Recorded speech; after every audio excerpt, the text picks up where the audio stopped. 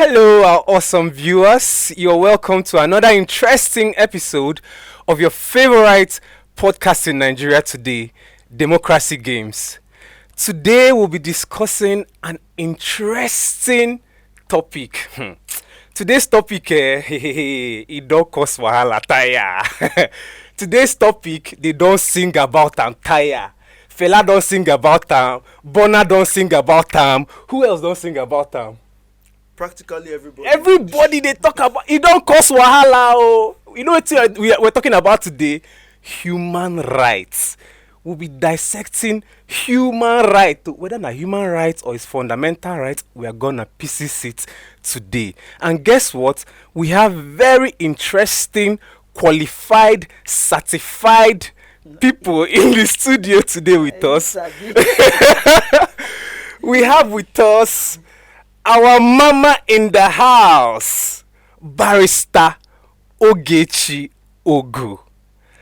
Now, our Barrister Ogechi Ogu is the Deputy Director of Prisoners Rehabilitation Welfare Action, that is PRAWA. She's also the National Coordinator of Olive Justice and Development Initiative.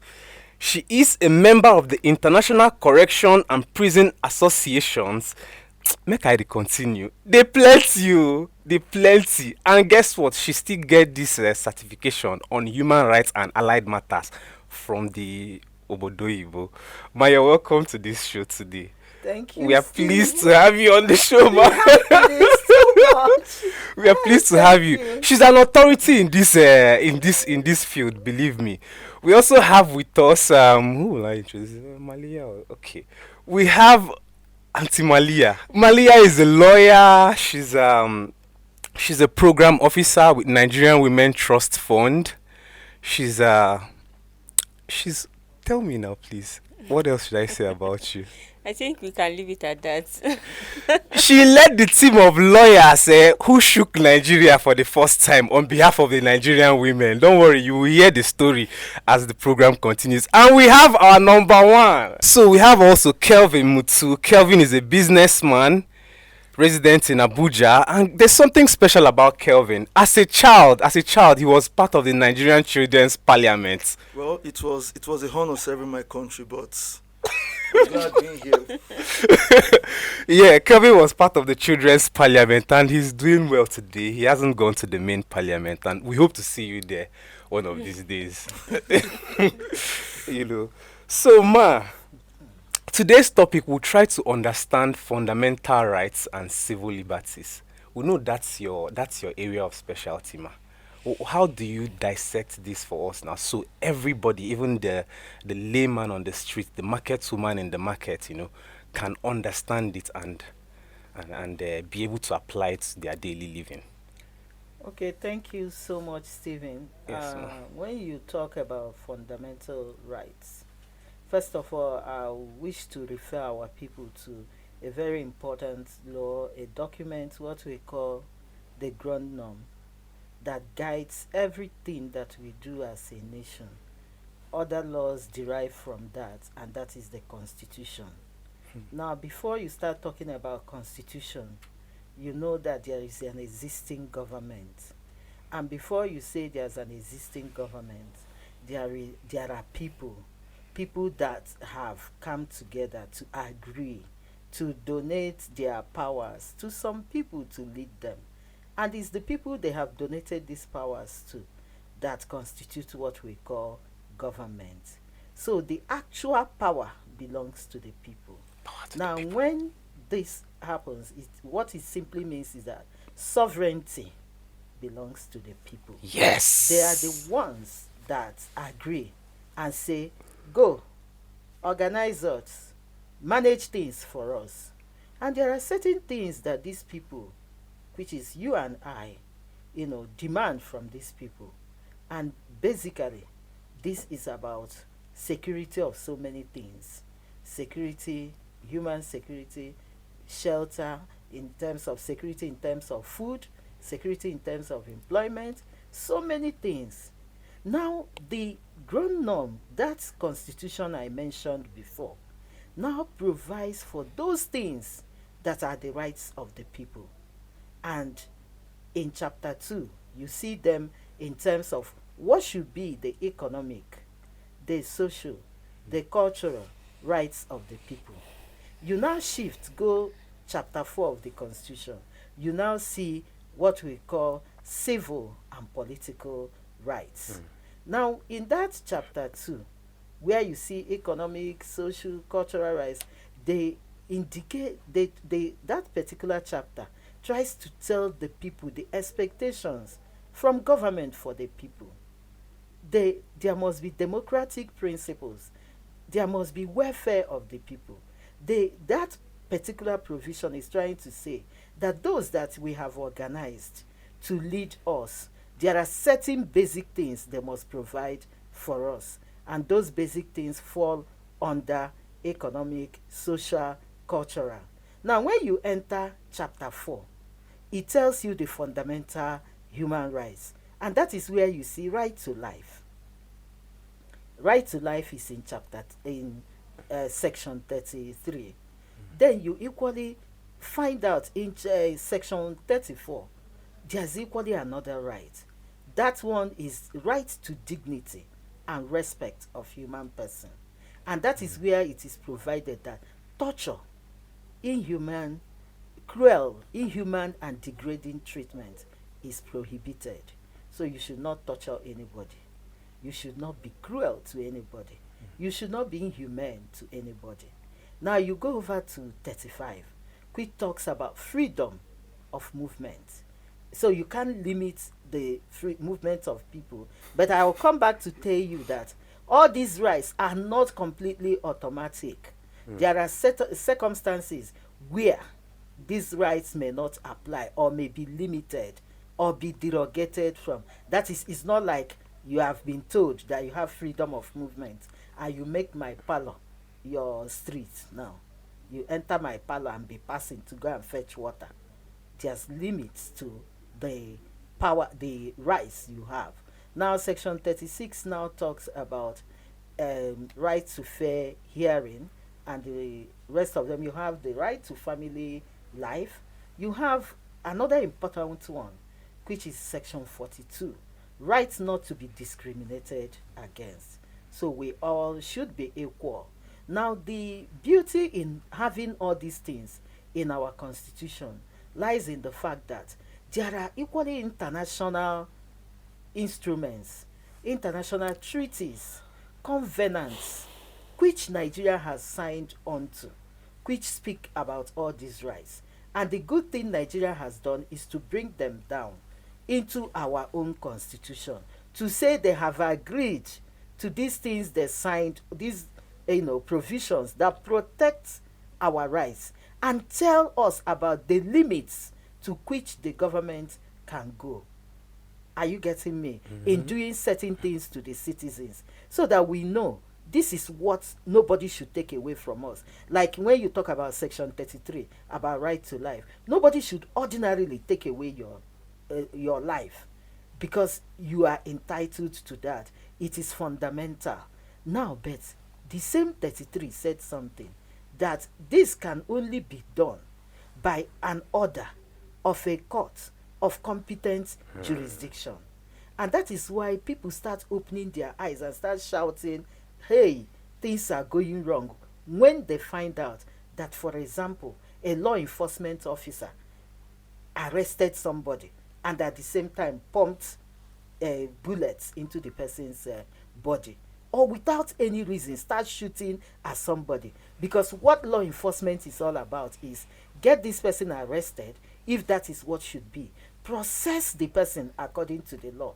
Processing the person according to the law is looking at the nature of the complaint against this person and asking yourself, because a law enforcement officer has what we call discretionary powers to assess situations and know the right action to take.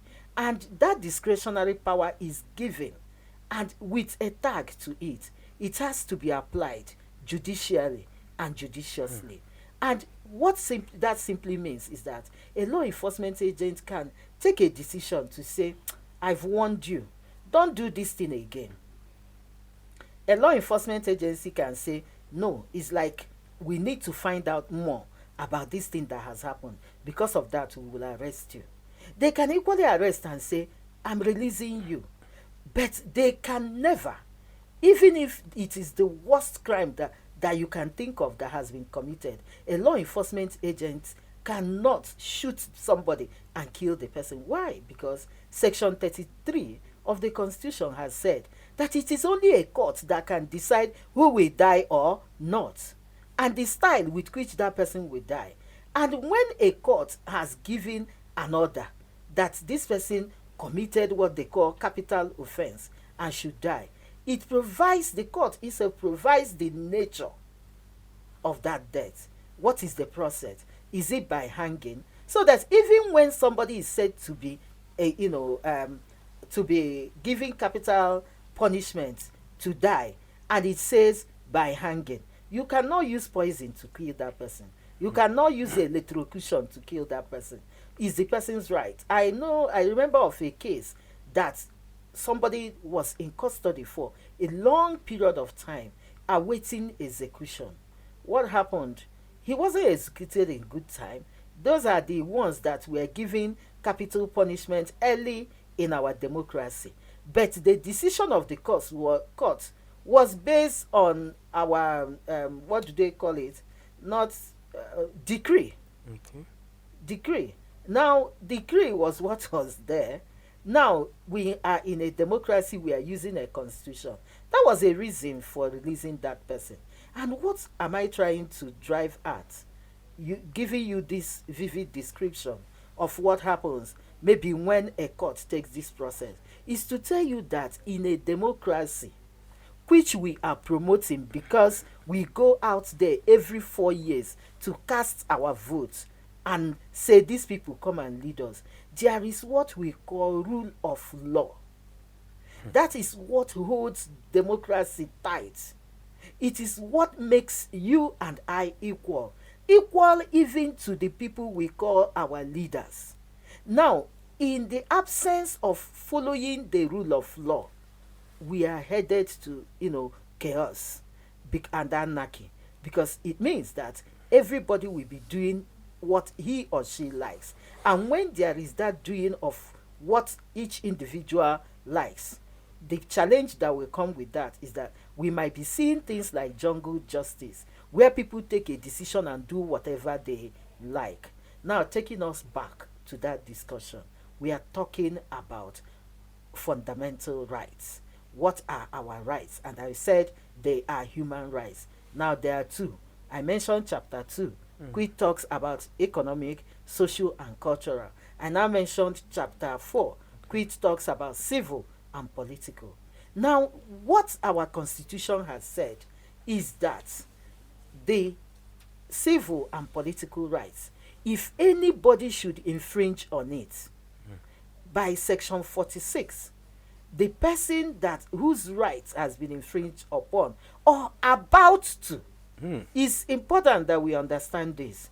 Is not, you must not wait until your right has been infringed upon, because there are circumstances under which that right will be infringed upon and it will lead to death. So that's why the constitution, putting together the constitution, there was that wisdom in saying infringed or about to be infringed upon, that person should approach any high court within his jurisdiction for enforcement of what we call fundamental human rights. Now, having said that, what is happening in practice? That is the key question. Now, the same person you said that has right to go and seek enforcement of his rights in the high court, within his jurisdiction, there are some limitations, and those limitations are things that happen in terms of practice. We have good laws. If you read that particular section 46 of the Constitution, you will say, clap for Nigeria. Everything is good because it is protecting the human rights of the people. But what we are having as a challenge in our country today is what I call a disconnect, like a gap between what the law says and what it happens in practice. Practice. And that is where we all as a people should start putting our is it on your committee to see what is it that is causing this, so that you see, the law has said I can approach any high court to say, see, oh, my right is being infringed upon or has already been infringed upon. But in some circumstances, let me give you an example, like law enforcement agents, when they wait, somebody, there's a complaint maybe against me, and they've received it. They received it since Tuesday. They'll be dilly-dallying and dilly-dallying because some person wants to show his powers, against me, to say he's on top and I am down. They wait. I want that woman to suffer. I want to show her pepper. And they wait till Friday so that they come and pick me. Are you getting it? So when they pick me on Friday, that Friday will be like 5 p.m. By that time, DPO has gone. This other person has gone. So that I will chop, whether I don't, do they even have beans to give? On Friday, Saturday, Sunday, then Monday. Are you getting it? Now, are they still aligning themselves with what the law says? The answer is no.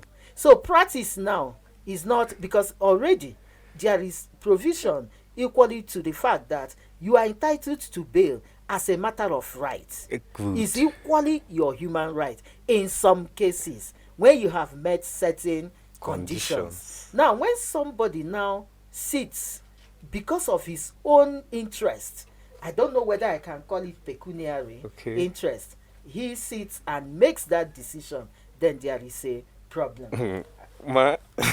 You've raised a lot of issues here, and I'm just looking at Kelvin's face as he just the talk. Say, from his face, I can just say this woman is just talking. You don't know what is happening on the street. I'm like, from the look on his face, that's just what I'm seeing. Kelvin, I know that on the streets, having been in Warri, lived in Bayelsa, lived down east, up north, hearing all these things, Madam is talking about fundamental rights. You have the freedom of movement. You have the right to talk when they are talking to you. Right to talk. You have the freedom of which other one she mentioned? Freedom from unlawful arrest. I mean, why are you laughing as I'm saying all this? Yeah. So, what is your experience? Are these rights real? Is it true? Well, like Mama said, to a certain extent, yes, we have these rights. Our governments they've actually made provisions for these rights. It's in our constitution. We have different acts and bills that are coming up. We have the ones that have been passed into law, which all these things she has been saying are enshrined in. If you look at, Nigeria has a good constitution. I know there are loopholes here and there, yes, but we have a beautiful constitution. When it comes to rights, a lot of laws have been passed. But the problem we always have is implementation.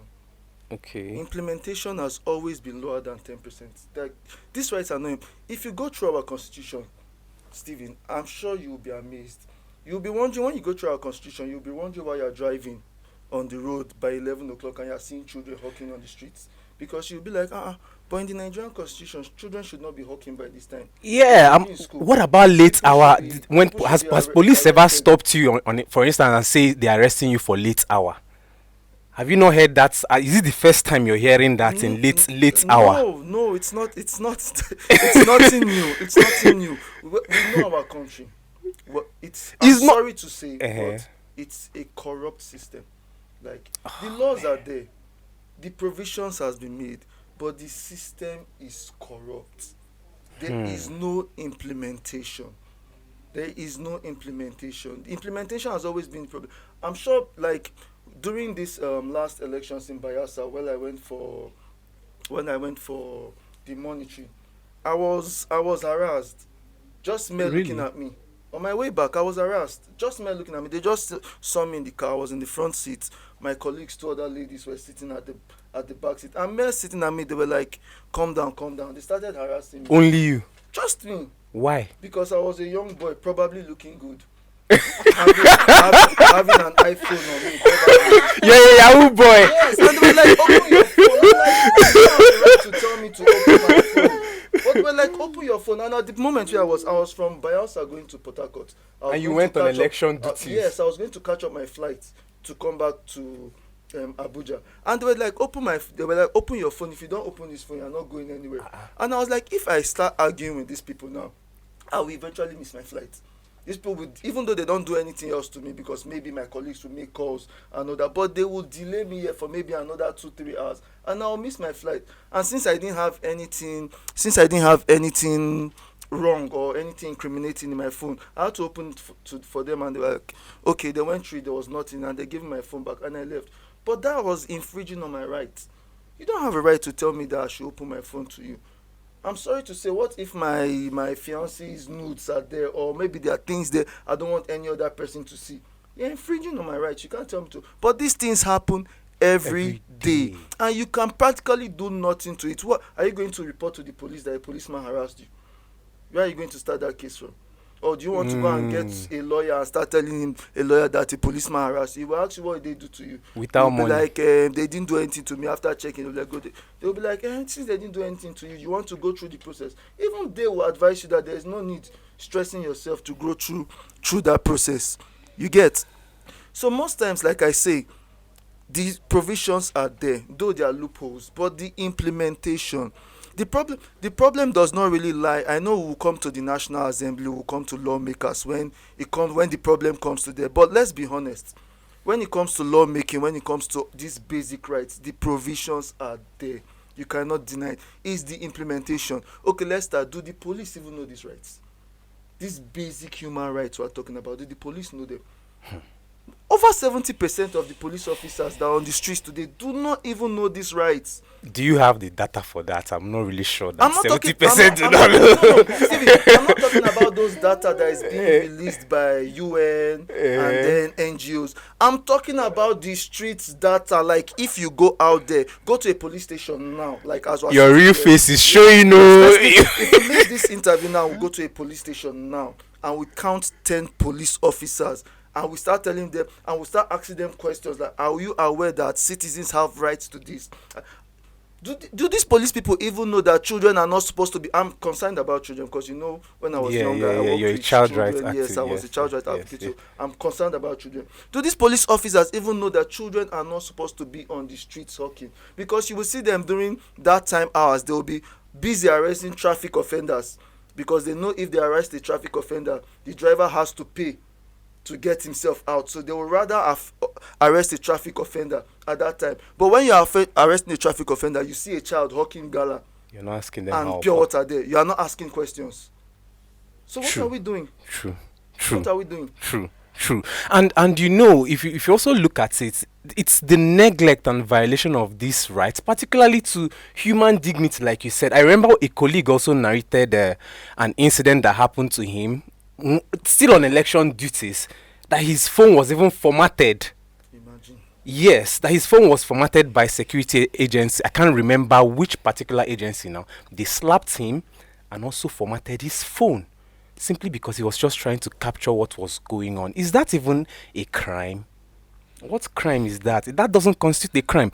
Auntie Malliya, I know you people have put this mechanism at work in the Nigerian women case. Yeah? Can you tell us about that?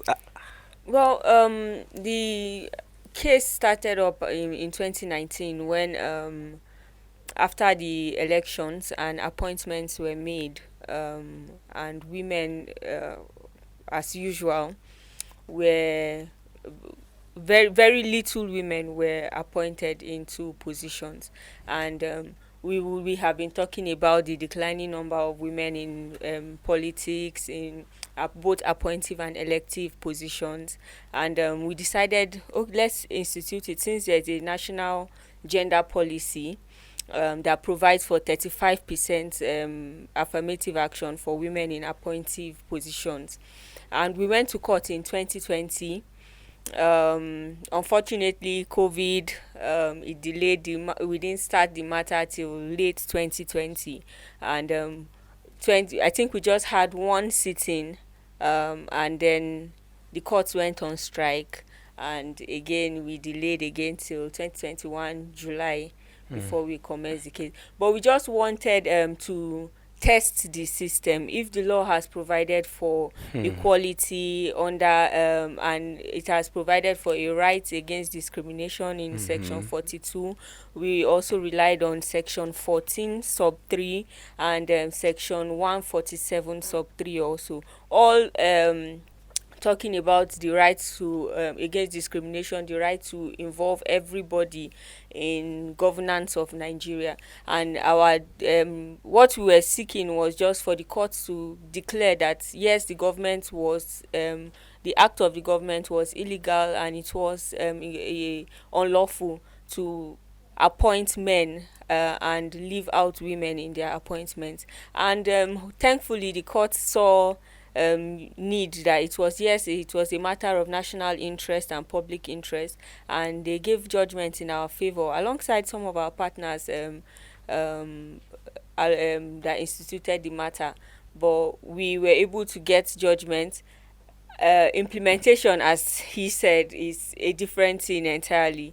After that victory and everybody rejoiced, oh, Nigerian women are having it good now, hopefully we'll see better implementation of the national gender policy. Unfortunately, the government went back to court to appeal that judgment.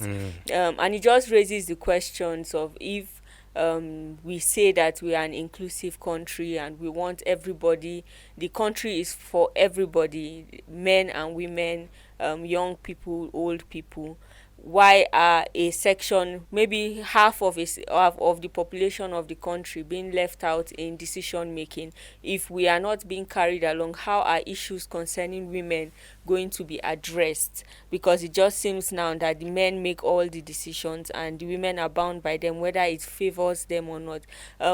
In the talk of equality and gender, women and all that, we would always say there are issues that in leadership and in decision making that a man might not necessarily see. I'm a woman. If I was a governor or minister of a state, I would be concerned, for example, about safety, dark areas in on a street, for example. I would want everywhere to be lighted, because I know as a woman, walking in a dark area is a very risky venture to take, especially in our country now. Anything can happen, nowhere is safe.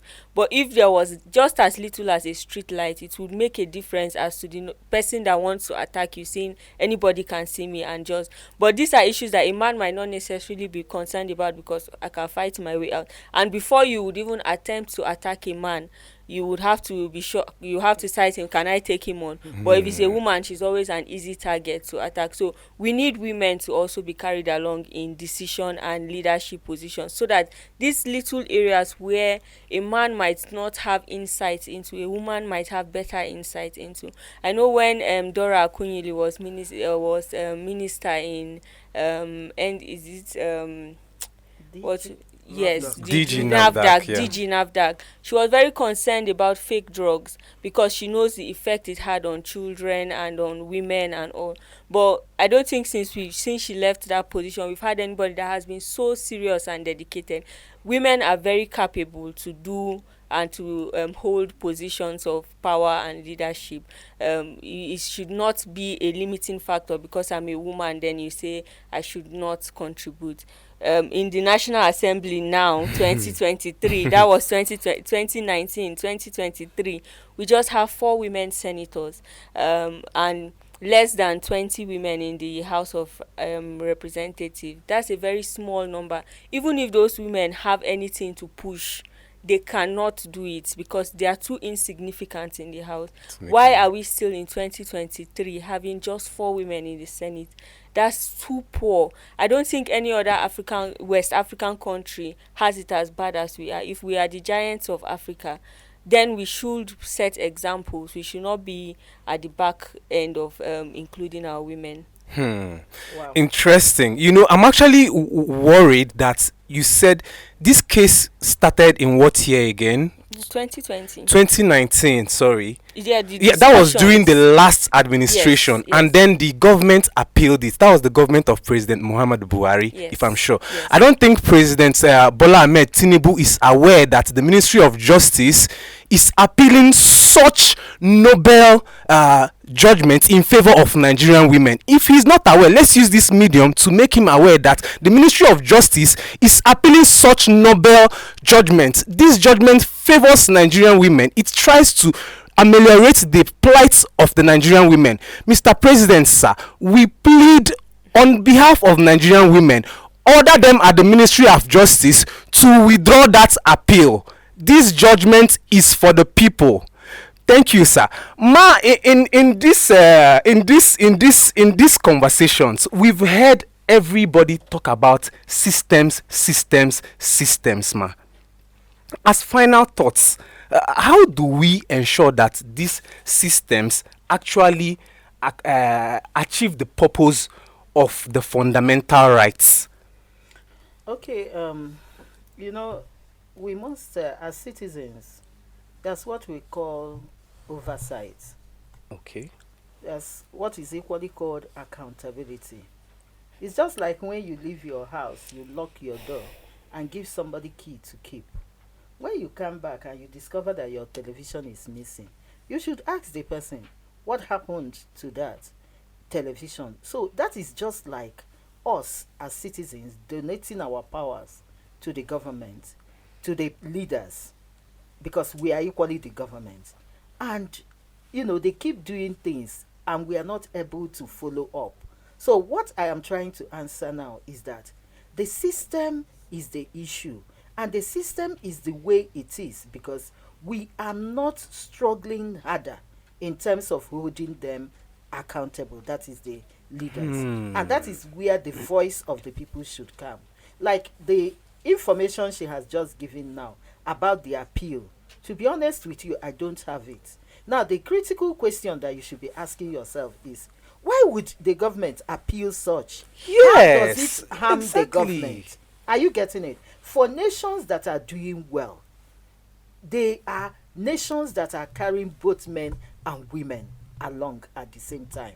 A nation can never progress without the women. The critical And a population. nation, even what my Kelvin said about harassing the youth, doing all sorts, because his own ended at looking at his phone.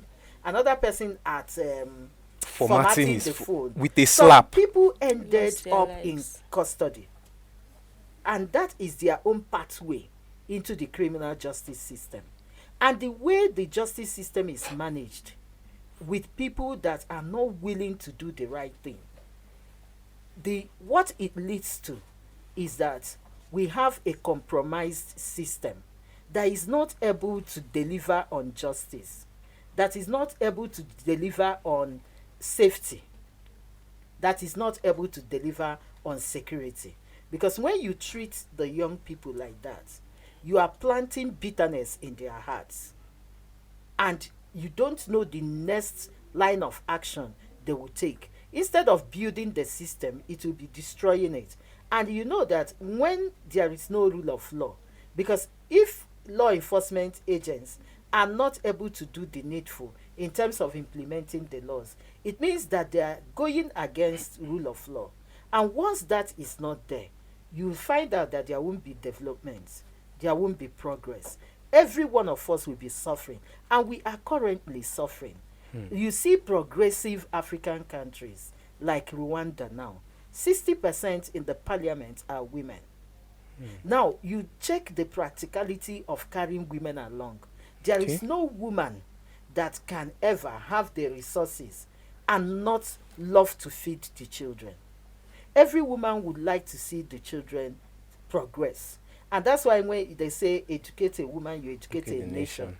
Give a woman a platform, an opportunity, and see that everybody behind her is being taken up. This is not to say that our men cannot do that, but the point is that there are things that women can contribute, especially to our economy. Now that we are struggling as a nation, there are small small things that women can do if they are empowered in the right places that can generate the much desired forest that Nigeria is asking for. From small small things, we know the tiny tiny things that are imported into this country, the kind of our own money, humongous sums, sent out of the country because of that. Imagine where women are put in the right position and they are able to provide hubs, economic hubs, where women are given opportunity to do things and generate money. And when you look at even the population of women, it's very high, and they are able to raise all these things. You see that our economy will equally benefit from that, and the entire society will be happy for it. Now, the question that we should, as a people, keep asking is, what should be our responsibility? I started by saying we have human rights. I talked about the rights that are economic, social, cultural. I talked about the civil and political rights. I tried to, distinguish, to say that some of the rights are not automatic. They are rights that you can derogate from, like what happened during COVID, where your freedom of movement was taken away in protection of the people, in public interest, because it was a health issue that came up. Nobody quarreled. Everybody took it in like that. Now, the civil and political rights that I mentioned is justiciable. That's why there's section 46. But the one that has to do with economic, cultural, and social rights, not justiciable. It was both laws, both chapters. When you go back to the Universal Declaration of Human Rights, after that you now see the covenants, coming up. Those covenants were signed on the same day, in December of 1966. The covenant that talks about delivery on social, economic, and social, cultural rights, and the one on civil. But a mistake was made that day when it was said that the one about civil and political rights is automatic. It will apply automatic. Every government that is signing on to this covenant must ensure that civil and political rights are delivered to the people. But the social, economic, and social, cultural rights was said to be applied according to the resources of the state. It's as much as is practicable. And that is where you find right to food, right to health right services, to internet, education, all those things. Now, and if you put all human rights together, it is said not, they are said not to be divisible. You can't divide one from the other. Okay, ask me, if you say, yeah, Ogechi, you have right to life, and you put me in a place that mosquito bites me every day, there is no roof over my head, rain falls on me, sun beats me, how can you still maintain that you have given me right to life? Because this other one that is not being provided is making it difficult to achieve the right to life. It's as practical as that. So what I'm trying to say is that we should be coming out from that angle of every time is not, although it's your right, government is not able to provide. You get it?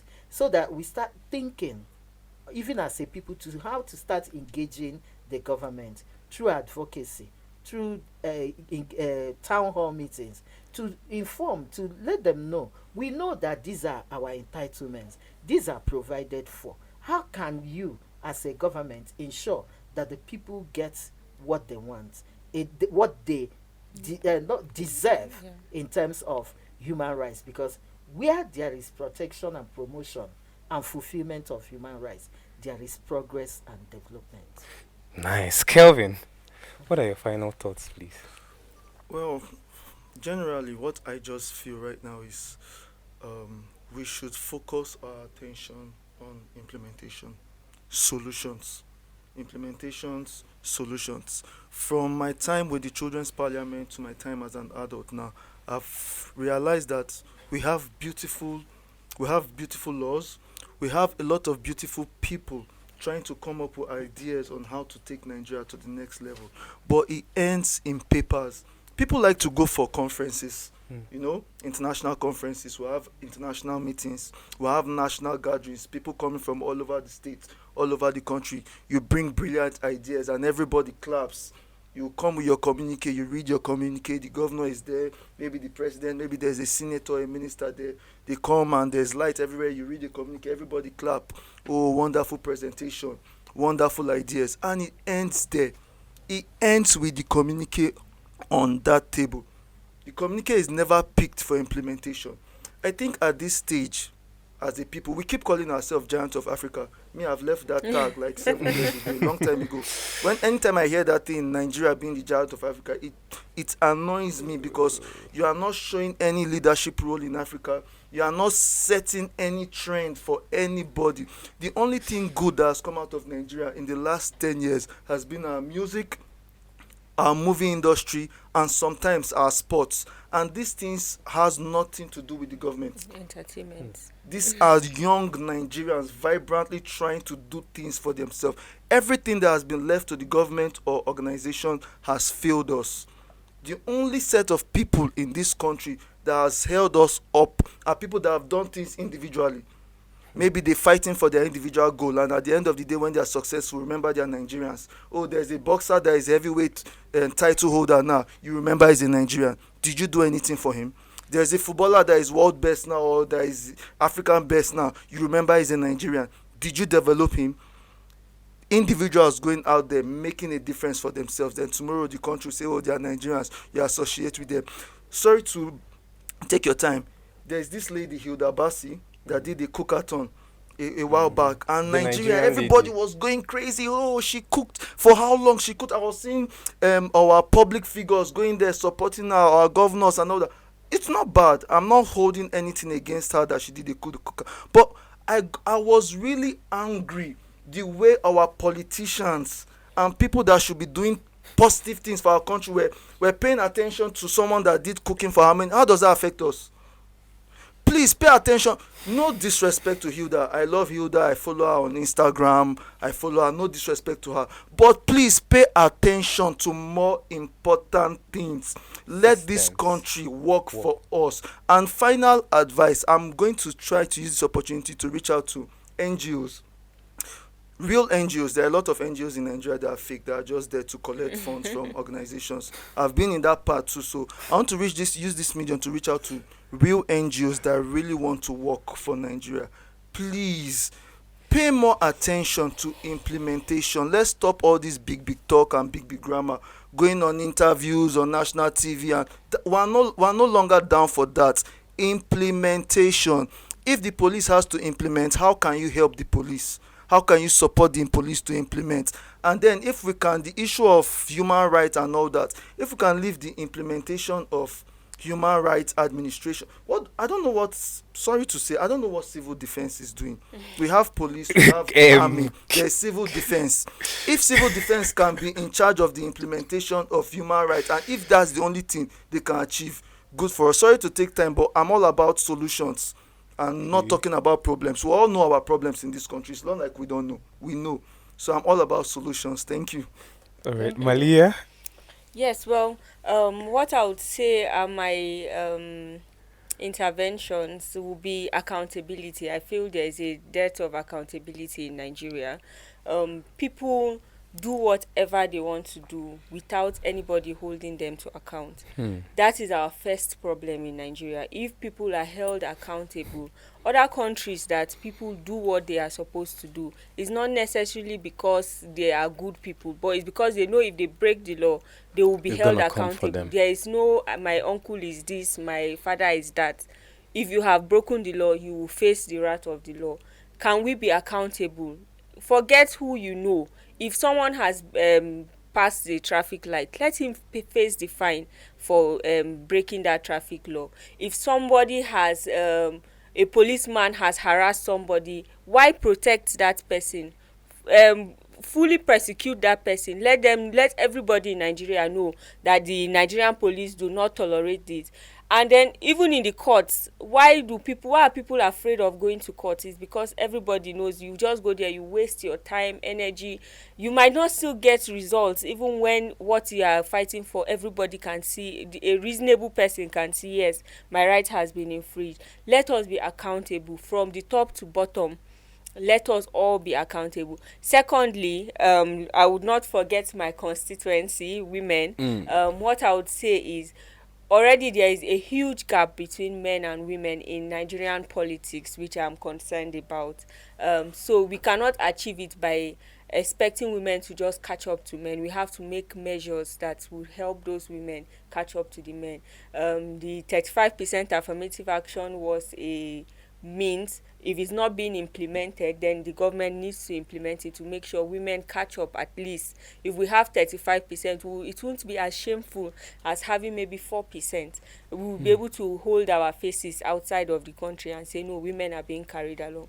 In the House of Assembly, National Assembly, state houses, what can we do? It can start from the political parties. As little as you not fielding candidates from your state, from a state. Every state should have, for example, in a political party, you should be able to field at least one woman for a state in the House of Reps or Senate. That way, if you have one woman from each state, you see, that's 36 states plus FCT. If a woman is fortunate to win, that's 37 already. It has covered a large number. We cannot not have quota systems, for example, to help bridge that gap. It can be for a time frame, just to make sure women have gotten into those positions enough and stabilized that other women can come in. But if we continue like this with the money that is involved in Nigerian politics, we'll continue to see a decline of women in Nigerian political space. And we, as Mommy said, we will not move forward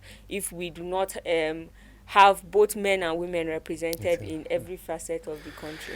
All right, people, I know you want us to continue. But unfortunately, this is the much we can take for now. In case you wish to continue on this with this conversation and you want to learn more about the subject matter, human rights, log on to our website. You'll see the courses we are offering on this very topic. Enroll for these courses, take them, get certified, and be a volunteer for Nigerian democracy. You see, this country, Nigeria, it is our country, and it is our responsibility to ensure that we build this country together, despite the odds, despite the human rights violations, despite the sufferings, despite the inconsistencies. It is you and I who make up this government, and it is you and I whose responsibility it is to ensure that it is truly a government of the people. And finally, once again, Mr. President, we know that the Nigerian women case started in the last administration, but there's really no moral justification for the Ministry of Justice to be appealing this case. We plead on you to intervene on behalf of the Nigerian women. God bless Nigeria, our beloved country, and thank you for staying tuned to this podcast. Once again, I'm your host, Orji Stephen. Thank you for staying on Democracy Games. Shut up. Bye.